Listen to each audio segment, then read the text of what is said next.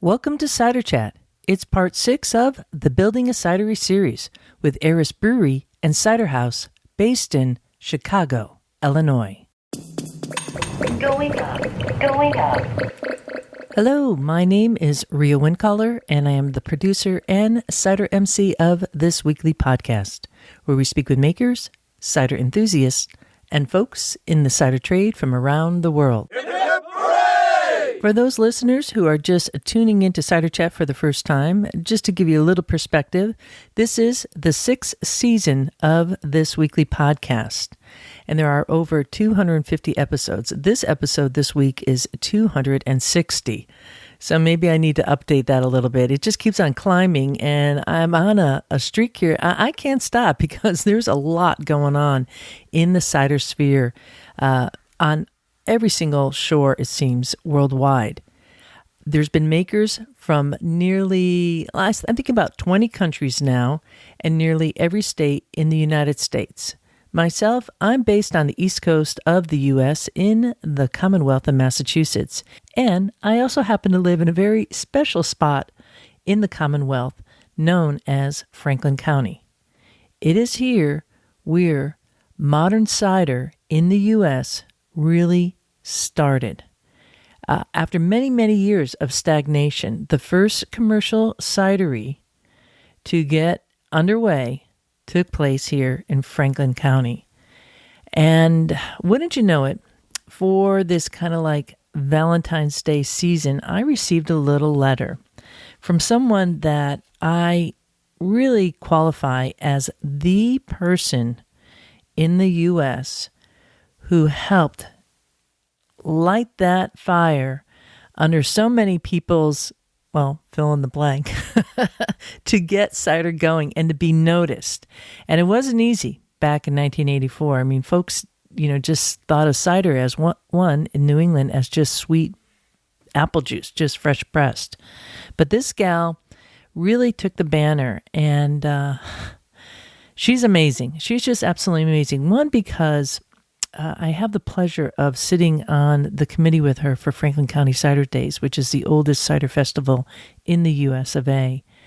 And every time we're getting a little bit, might I say, technical, clinical kind of way of talking about cider, she'll say something that just stops me in my tracks. Actually, more often than not, takes my breath away. And it happened very recently at a meeting that we had for the Franklin County Cider Days Committee. We're all getting technical, reviewing how the last season went with the Cider Trail. How many people are going to the different events? Did we hear from the producers? What's the feedback? Do we have numbers? Data, marketing, kind of like scarcity mentality, to tell you the truth. And she said something that, once again, took my breath away, and it was essentially that it was a time to just be comforted through apples. And I thought, yeah, comforted through apples. And she said, comfort me through apples. I'm like, hello, that's what this is all about. I mean, that was exactly what we all needed in the fall, to be comforted through apples, to have a reason to keep on going out each day, to see people, to be happy. And there's really nobody who says it better than her. So that just floors me. And I try to write down these little idioms that she says because it holds me going forward. So who is this woman? And why is she so intrinsic to American cider making, and I think really kind of creating the bell ring that was heard around the world? Well, that is none other than Judith Maloney of West County Cider, the first commercial cidery in the U.S. in 1984, at a time when nobody was talking about it. And truthfully, for anyone listening out there right now who is a commercial maker, especially in the U.S., I truly believe that you would be in a spot like where cider was 10 years ago right now than where you are today. You wouldn't really maybe even know about it. Who knows? Because if it wasn't for this lady pounding the pavement, knocking on doors, trying to convince people that cider was viable, being the first cidery to be written up in the New York Times at a time when nobody even was thinking about it here in the U.S. It was kind of like put under the sheath, so to speak. We wouldn't be here today. So I received this letter just this weekend, just in time for Valentine's Day, from Judith. And I opened up the card, and she drew with crayon 4 hearts on top of this card, which has like a bench with flowers on it. So there's these 4 red hearts. I'm like, oh, what is this? From Judith. I opened up this blank card inside. She drew another big heart with an exclamation point and wrote, Rhea, I appreciate your vision for cider, and signed it Judith Field, and then put in parentheses Terry. I need to take a little pause here.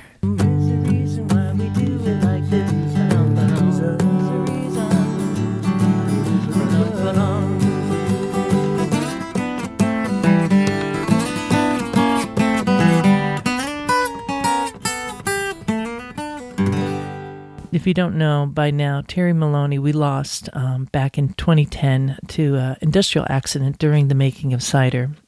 He and Judith, along with their young son at the time, back in 1984, were, as I said, the first pioneers of U.S. cider. And of course, it was a huge and tragic loss for the Maloneys, Terry's passing.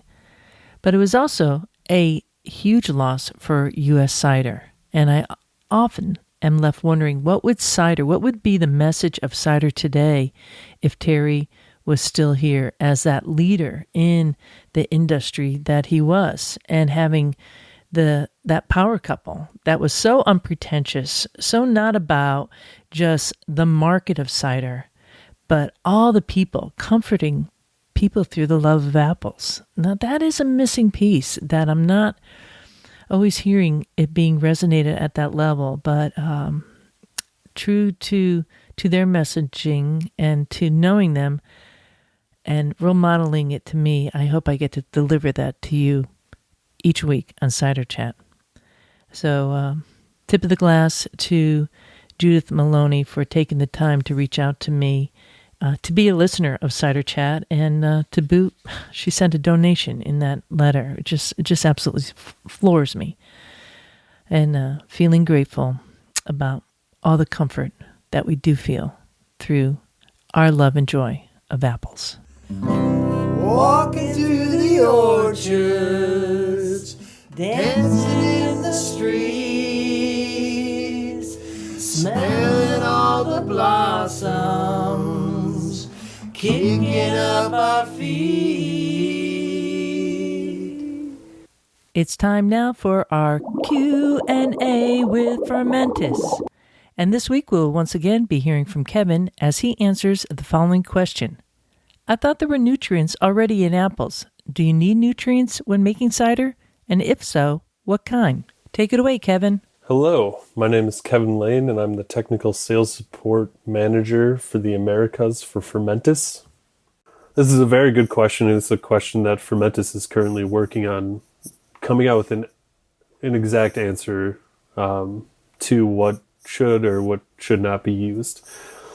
Apple cider, apple juice does have nutrients present. However, for a fermentation, for yeast growth, for the alcoholic fermentation, for flavor profile and flavor production, the yeast do need some additional nutrients. Of course, you could make a cider without adding nutrients. It's just that the apple juice or must is going to be deficient in some things. So it might not be a perfect fermentation. It might not happen in the same time period as you would expect. And there could be some different flavor productions based on that deficiency in certain micronutrients or even nitrogen or other compounds that these really need for a healthy growth and healthy fermentation. In terms of what Fermentis recommends to use, at this point in time, we're doing some research into applying different types of nutrient to the fermentations. From our experience in the wine industry that we've had a longer experience in, we found that there are certain things that you can apply that will help both the start of fermentation and the completion of fermentation. From Fermentis currently, all that we have right now that's available is our wine portfolio. And those are products that are called Spring Firm, Spring Firm Extreme, vinyl liquid, which is a liquid nutrient that can be added to fermentation. But really, it's a portfolio of more or less nutrients that have been used in wine that we know can play a similar role in the fermentation of apple cider or apple juice. So I know that we're investigating it further. At this point, we don't have necessarily a specific cider nutrient program set up, but I know that we're doing research into it, and we're trying to identify what is the best process for giving the nutrient needed and applying it to the fermentation. Thanks, Kevin. And if you'd like to find out more, just go to fermentis.com. It's part 6 of the Building a Cidery series. In part 1 and 2 of the series, we began with trademark law, what it is, and how to secure a trademark for your business. In part 3, we heard from the makers at Courthouse Creek Cider House, based in Virginia. At Courthouse Creek, their fermentations are all done in oak barrels. In part 4 of the series, we spoke to Steve Garwood at Ragged Hill Cidery, based in West Brookfield, Massachusetts. At Ragged Hill, they primarily ferment in stainless steel, though they do have a barrel program too. So both cideries, both orchard-based. In part 5 of this series, which was last week's episode 259, we spoke with Soham Bhatt of Artifact Cider Project, based in 2 locations, one in Cambridge, Massachusetts, and one in Florence, Massachusetts, which is out nearby me. So yay for me. In that cidery, you could consider it a modern production facility where they are not orchard-based. They're sourcing their juice from local orchards. In this episode, part 6, we are talking with a woman-owned modern cidery that has both beer and cider being made at the same location. And to top it off, it is also a full-service restaurant. On the basement floor is a cidery. They had to, at the time, open up the windows at the ground level and move the cidery in. And you'll hear a bit about that. Then on the first floor is the brewery. It's a 30-barrel brew house and the restaurant. There are plans on the second floor for a 200-person event space. And outside, there is seating, which is perfect for this COVID time, especially since they just added infrared heaters overhead. So this brewery, cidery, and full-service restaurant, named after the goddess of chaos, Eris, can defy the winters of Chicago and keep everyone warm. So the story goes, Katie and her husband were both investors in Revolution Brewing, which is based in Chicago. And it is there that Katie first got to meet Michelle. And now I'll cue it to Katie Pizza and Michelle Foik, who bring us into their story and how they built not just a cidery, but a brewery and a full-service restaurant. We first hear from Katie, who credits her husband for really pulling Michelle into the idea of Eris. You know, he's trying to poach her. He was. Because his clients who were purchasing hops from him, whenever they mentioned the struggles that they were having, it was usually in the operations management portion of their enterprise. And so, you know, this one with her background at Goose Island and Revolution was just the first name he thought of was someone who could help these clients. And after round and round of saying no, he said, well, what would your own project look like? Then that is very true. That is the Birth of Heiress. Yeah. And at the time I was working for Virtue Cider. So I began my journey with cider, even though I've tried cider way in the past and have really enjoyed it. But the actual operations and being in a cider house or a cider farm was something new to me, but still very much on the same lines as of what craft beer was doing, because we didn't envision it as a winery. We envisioned it as a craft industry making cider.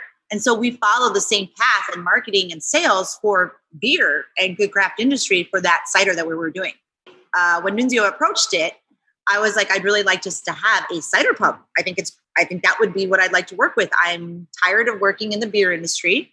I think cider, watching what we were doing, I think cider is very innovative and we could do the same things what we do with craft beer and cider. And so then that was the direction I wanted to go. And what did they say back to us? What did they?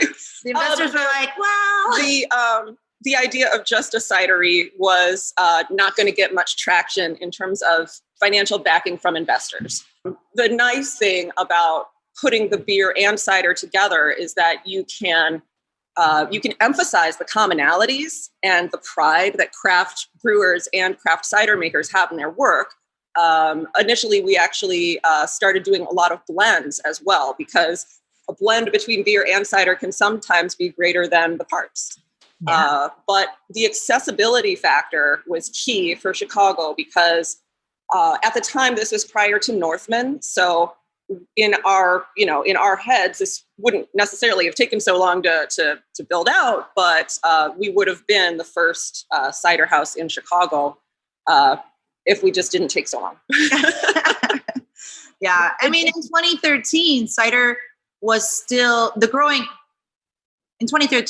industry was still beer, craft beer. And so when someone heard cider, they automatically went to all the negatives when someone hears cider, unfortunately, that doesn't know cider. So we fought, though, to make sure that we did cider and beer, because that was something that we both believed in was cider. Yeah. So, and we enjoy cider. And I can't even drink beer. Right. So, I mean, how else was this going to work, you know? I know Michelle can, so there you go. That helps.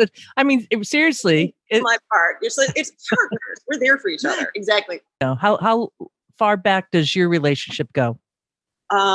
We were my husband and I were investors in Revolution Brewing. And so I got to know Michelle through her work. Yep. I would see her at events. I would see her just in daily operations. But it wasn't until February of 2014 that we started working together. Like, just, you no longer have a kitchen. This is Eris planning area.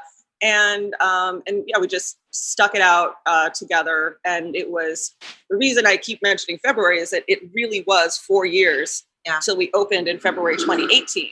So kind of a solid 4 years of planning, financing, purchasing, construction, licensing. So licensing happened earlier. Yeah.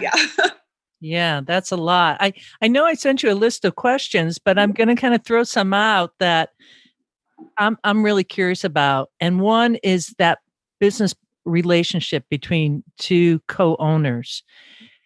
Your friends, you knew some of that. Was there something in the back of your mind that each of you were like a ticker tape going off saying, all right, I want to delve into something that's going to be a major investment, not only of your time, but monetarily? Was there something that really registered and said, this is like 1, 2, 3 that I want from my co-owner here? I think at the time in 2014, there is no way I was going to be able to get anything in my head on paper. I was still fighting the idea of doing this. And when I met Katie's background was project management and organization. And, we sat down together and we were able to create the business plan that we had for our building and our future endeavor. And I think the more we sat together, the more she prodded into my brain and just and then also had opinions about it, and also had, well, what if we did this? Because my world has been such a box in the brewery world and the pub that I sometimes don't think outside of the box. And so Katie, not being in the industry at the time, really was able to open the doors by saying, well, what if we did this? And sometimes it was easy to say, you crazy? No. But the more we got together, the more I realized that her opening these doors, even though they're not what I'm used to, actually help us create a better plan in the future. So I'm not sure if I can say point, no, but I definitely know. It kind of sounds smooth now, but that's because we've had 4 years to work on it. We have developed safe ways to communicate with each other because she has this, she has this knowledge of the industry. She's got it locked down tight.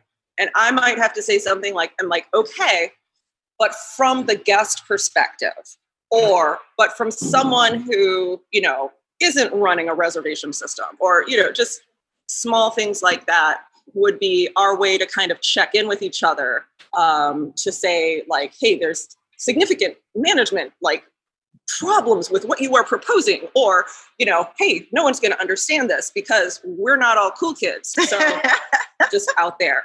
But it is a process.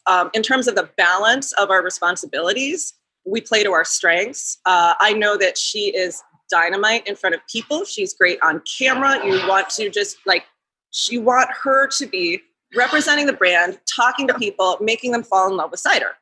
And me, I am very comfortable behind a computer. So there we go. Well, you're doing great in front of the camera right now on Zoom. So that's what I tell her all the time too.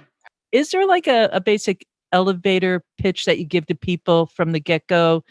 Eris is a brewery, a cider house, and a full-service restaurant all under one roof in Chicago.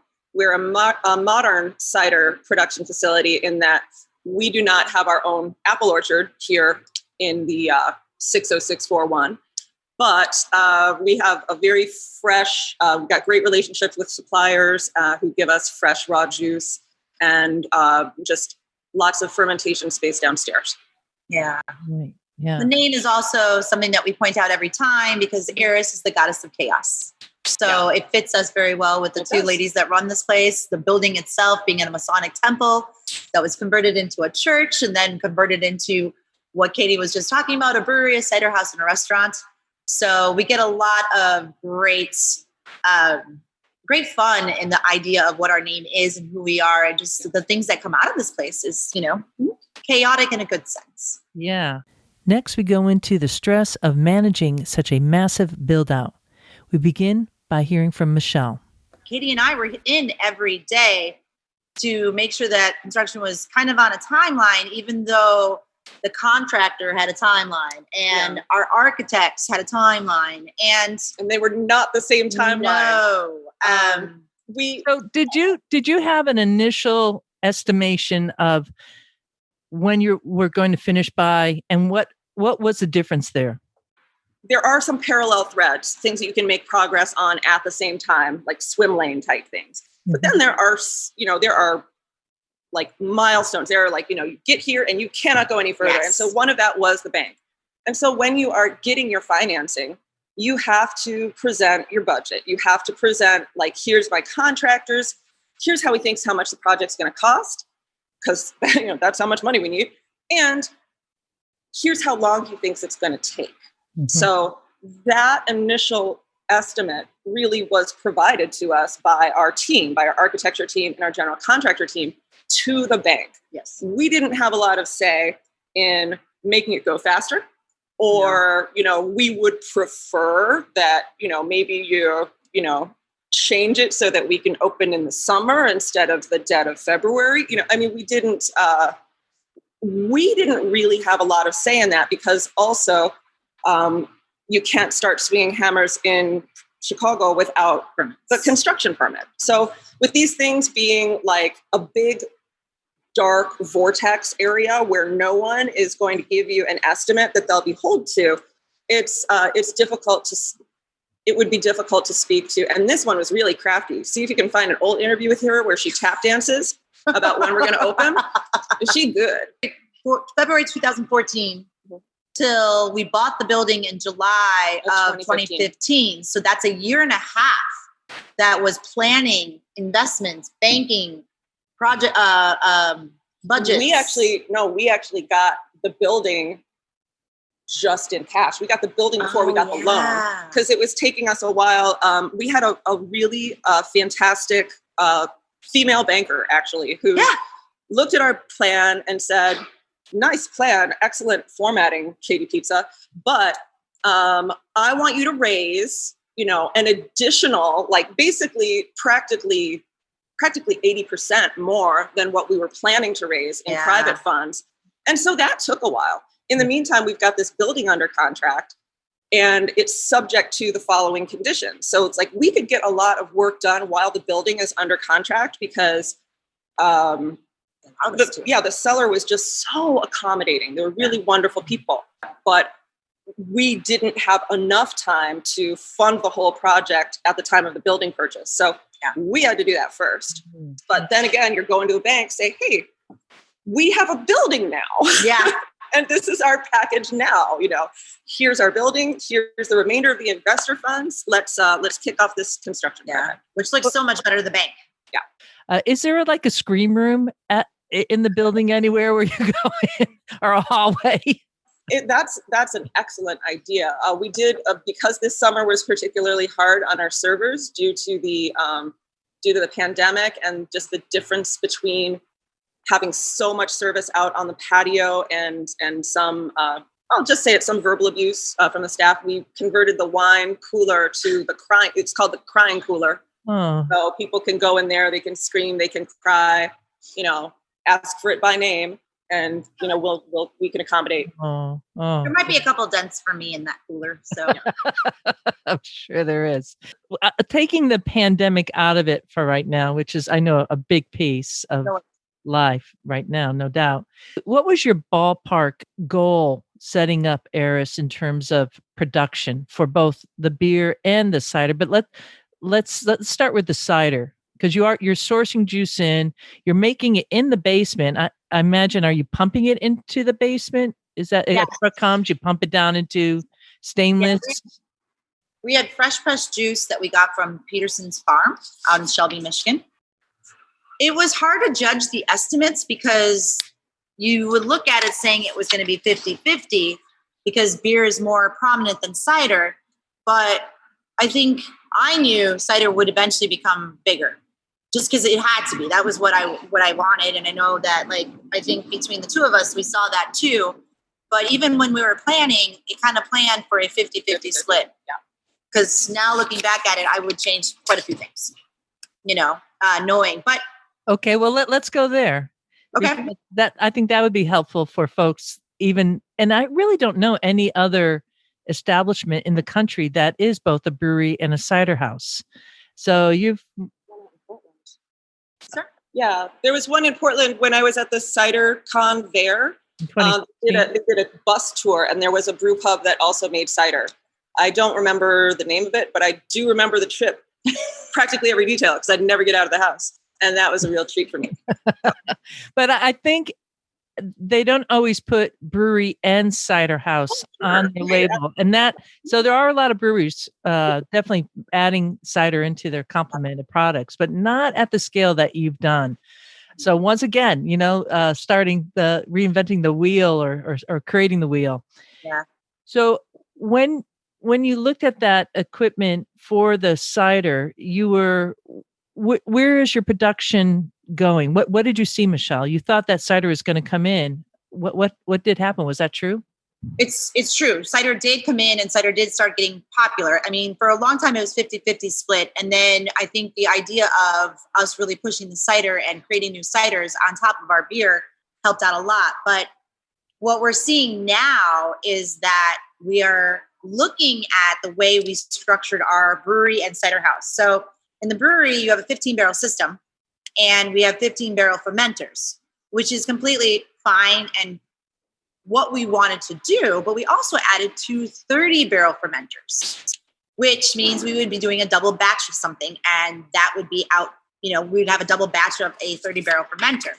So then on our side of cider, we still had 5,000 gallons. So each of our tanks are 980 gallons, which is almost a 30 barrel also. So the 30 barrels on the cider side, we have 1, 2, 3, 4, 5 of them. And then for the brewery, we had a 15, 15, 15, 2 30s. And one thing that we're seeing is that we're constantly filling the cider 30 barrels so much more than we're filling the 30 barrel brewery. For a pub, really looking at this, a 30 barrel probably wasn't needed, because in a pub, you're always constantly making different types of styles. In wholesale, yes, you want a 30 barrel because you are packaging 30 barrels. Yeah. But in a pub, we should have had 15. So I would have to say that one of our mistakes, and maybe it was because our vision was a little clouded, because we're all used to being in a brewery. Well, looking back, I think a lot of our decisions for the equipment and scale had to do with the physical constraints of the basement fermentation area and the serving tanks. The areas that you'll see photographed on the website or when you visit us will be, just really 1.5 floors, but we have a 3-story building. So we intended to be able to produce enough to service the whole building. We've got a potential for, and this is an additional construction project that has not started yet, but potentially a 200-person event space upstairs, which will be gorgeous. But we wanted to make sure that we could, we kind of overscaled some of the equipment so that we'd be able to grow into the space. And her philosophy was, how many breweries do you know of that have a small building and then within a couple of years they need to do all that work over again? Which is like great because it means they're successful, but it also means they've got to do all that work over again. Yeah. So if you get maybe a bigger space at first and you can, We didn't have the luxury of expanding. Oh, I know. Like, we had to fulfill before we were able to. We can't get another large tank in here. Yeah. It was opposite of what most people are doing, because when I remember the faces of cider makers and brewers walking through the space in Chicago during the cold CiderCon that year, and they're just like, you have a lot of tanks. I know. They're like, are you expecting all of these tanks to be used? You're creating a monster. Yeah. No, but talk about planning ahead. I mean, that was brilliant, because I definitely know in the industry that is a number one I'm not going to say it's a mistake, but it's a novice approach to not build in for expansion. So it sounds like you've really set yourself up quite well 5-10 years down the line. I mean, that's so unusual for me to hear, because I constantly interview new brewers all the time when I'm writing about beer, and they're starting nano and they go to, micro, it's amazing. So expansion was built into your business model from the get-go, which is really, that's the thing in these interviews on this subject for building a cidery. It's the number one thing for folks. Build that in and go like sometimes 3 times larger than what you're planning. You had asked 2 questions. One was, what were you very happy with when you first started that you couldn't live without? Which piece of equipment? And I said the crossflow filter, because that was our way of making sure that cider wasn't going to re-ferment. It was this amazing piece of... Actually, this is intriguing, because this is still how I would answer that same question. How has the crossflow filter fallen out of favor? Yeah, the crossflow has fallen out of favor because it's not as fast as what we needed to do when it comes to our canning products, when it comes to doing more than 15 barrels at a time. So when we are doing a packaging run of 980 gallons, the crossflow takes a long time. And honestly, I don't know if there's anything else out there that would be faster or better at this point, but it has changed our processes.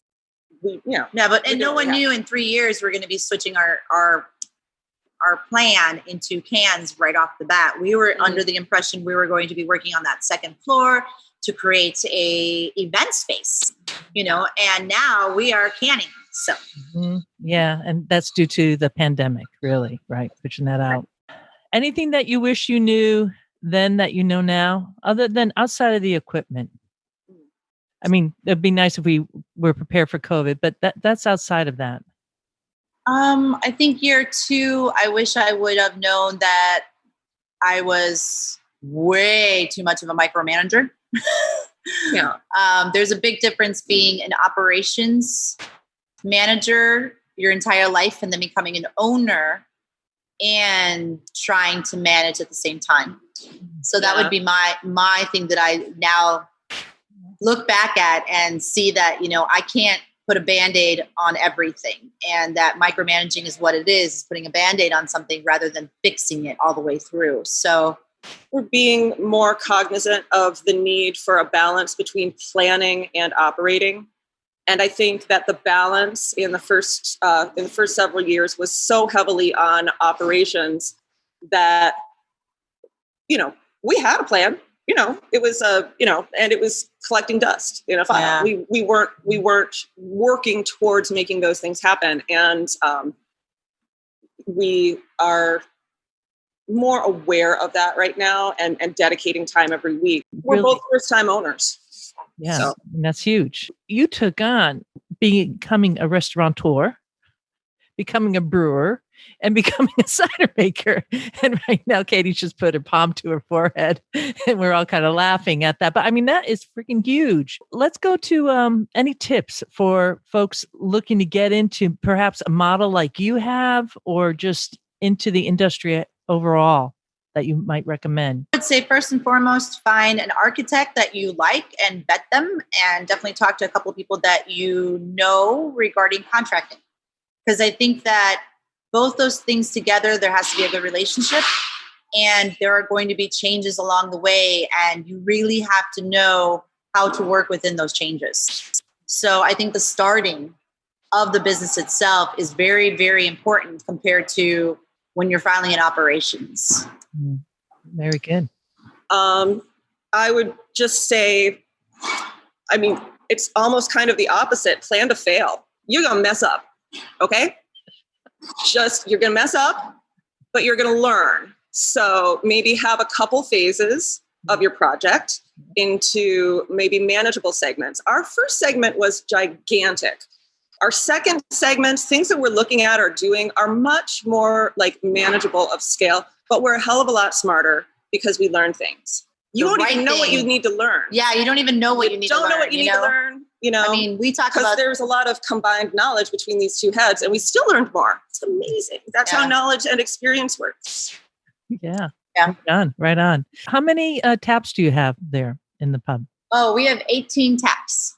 And how many are beer and how many are cider? 8 ciders right now and 6 beers? Yes. 6 beers. And do you ever have guest taps for anybody? You do, for both cider and beer. Okay. Yes, we have 3 guest taps for cider and 3 guest taps for beer. Oh my goodness, Mr. Quince, is that who I think it is laughing there in the background? Yes, that was Eris. Well, I think she's probably just as impressed as I am in all of Ciderville with both Michelle Foik and Katie Pizza of Eris Brewery and Cider House. But just make sure that, you know, we kind of shuffle her out of the cider house and she doesn't hang out too much with the wild yeast there, okay? Too late. Oh no, Medlars. Perry Pear, can you open up the barn door and maybe bring Eris out to the orchard, perhaps? Come this way, goddess. Thanks, Perry Pear. We're on it, Rhea. Phew, Mr. Quince, that was a close one. Let's close this episode out, Rhea. Good idea, Mr. Quince. Let's do it. A big tip of the glass to both Katie Pizza and Michelle Foik, the owners of Eris Brewery and Cider House, based in Chicago. Go to the show notes for this here episode 260 at ciderchat.com, and you'll be able to see photos of the tanks being moved into the building during the build-out. And you also see one particular photo of a finishing touch at this site that really addresses the needs for the patrons. Once again, just go to ciderchat.com and look for episode 260, Eris Brewery and Cider House, Building a Cidery, Part 6. And with that, I leave you here, because I know Eris is out in the orchard right now with Perry Pear and the Medlars, and Mr. Quince and I need to get out there, like, now. This is Rhea Windcaller signing off for now. Looking forward to seeing you in Ciderville.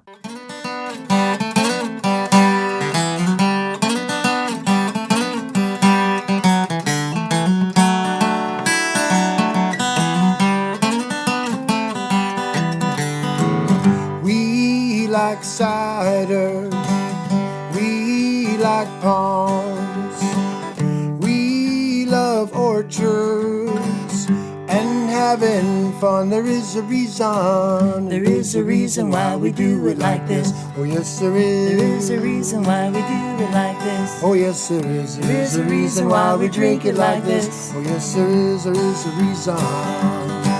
We like walking through the orchards, dancing in the streets, smelling all the blossoms, kicking up our feet. We like cider, we like palms, we like orchards, having some fun. There is a reason why we do it like this. Oh yes there is. There is a reason why we do it like this. Oh yes there is. There is a reason why we drink it like this. Oh yes there is. There is a reason. We like walking through the orchards, dancing in the streets, smelling all the blossoms, kicking up our feet. Oh yeah.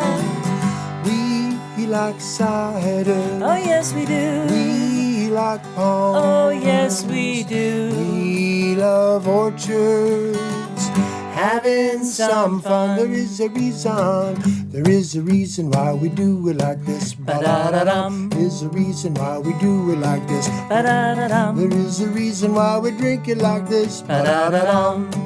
Ba-da-da-dum. We like walking down the orchards, dancing in the streets, smelling all the blossoms, kicking up our feet. Oh yeah. We like cider. Ba-da-da-dum. We like palms. Oh yes we do. We like orchards, having some fun.